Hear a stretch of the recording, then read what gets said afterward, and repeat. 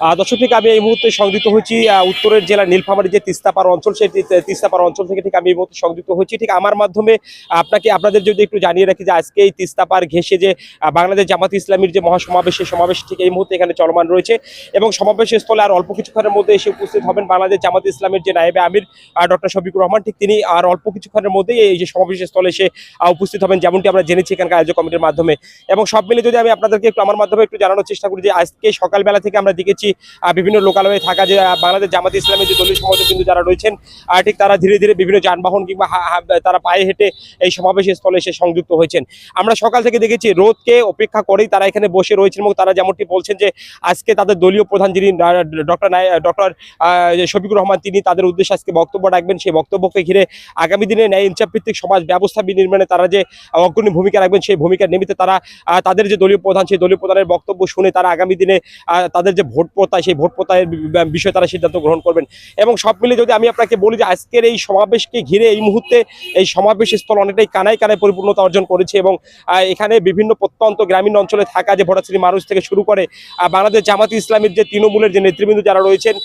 তারা ঠিক এই মুহূর্তে এখানে এসে উপস্থিত হয়েছেন। সব মিলে যদি বলি এখানে একটি উৎসব মুখর পরিবেশ ঠিক এই মুহূর্তে বিদ্যমান রয়েছে, যে উৎসব মুখর পরিবেশে দলীয় সমর্থক বিন্দু যারা রয়েছেন ঠিক তারা এখানে এসে উপস্থিত হয়েছেন এবং তারা আজকের এই তাদের যে নায়েবে আমির যে ঠিক ডক্টর শফিকুর রহমান,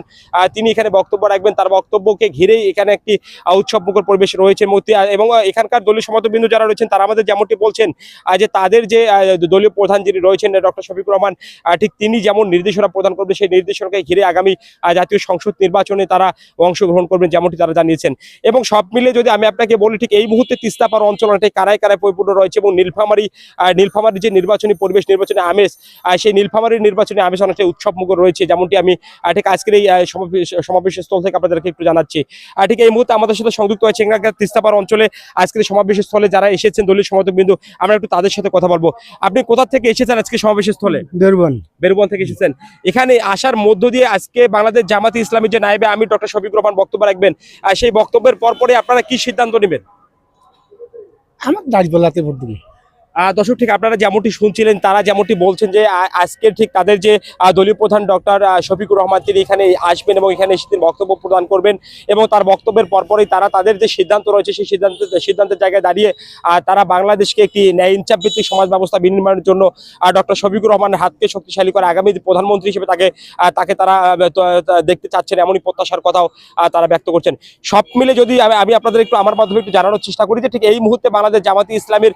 দলীয় বিন্দু যারা রয়েছেন তারা যেমনটি বলছেন আগামী দিনের বাংলাদেশ হবে একটি ইসলামী শাসনতন্ত্রের বাংলাদেশ, যার মধ্য দিয়ে ন্যায় ইনসাফ ভিত্তিক সমাজ ব্যবস্থা বিনির্মাণ হবে এবং বাংলাদেশে একটি সুন্দর একটি পরিবেশ বিদ্যমান থাকবে,